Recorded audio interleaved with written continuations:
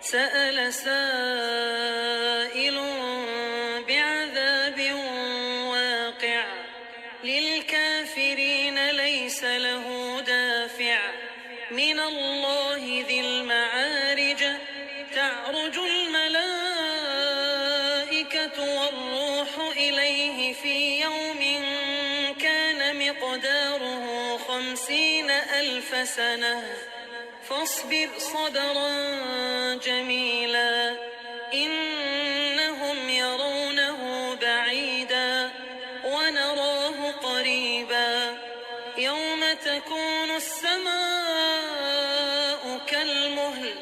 وتكون الجبال كالعهن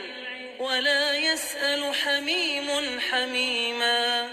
يبصرونهم يود المجرم لو يفتدي من عذاب يومئذ ببنيه وصاحبته وأخيه وفصيلته التي تؤويه ومن في الأرض جميعا ثم ينجيه كلا إنها لظى نزاعة للشوى تدعو من أدبر وتولى وجمع فأوعى إن الإنسان خلق هلوعا إذا مسه الشر جزوعا وإذا مسه الخير منوعا إلا المصلين الذين هم على صلاتهم دائمون والذين في أموالهم حق معلوم للسائل والمحروم والذين يصدقون بيوم الدين والذين هم من عذاب ربهم مشفقون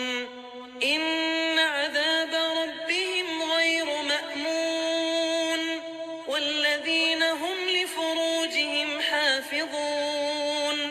إلا على أزواجهم أو ما ملكت أيمانهم فإنهم غير ملومين فمن ابتغى وراء ذلك فأولئك هم العادون والذين هم لأماناتهم وعهدهم راعون والذين هم بشهاداتهم قائمون والذين هم على صلاتهم يحافظون أولئك في جنات مكرمون فما للذين كفروا قبلك مهطعين عن اليمين وعن الشمال عزين أيطمع كل امرئ منهم أن يدخل جنة نعيم كلا إنا خلقناهم مما يعلمون فلا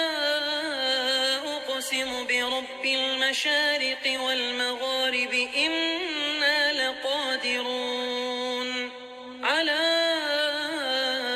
أن نبدل خيرا منهم وما نحن بمسبوقين فذرهم يخوضوا ويلعبوا حتى يلاقوا يومهم الذي يوعدون يوم يخرجون من الأجداث سراعا كأنهم إلى نصب يوفضون خاشعة أبصارهم ترهقهم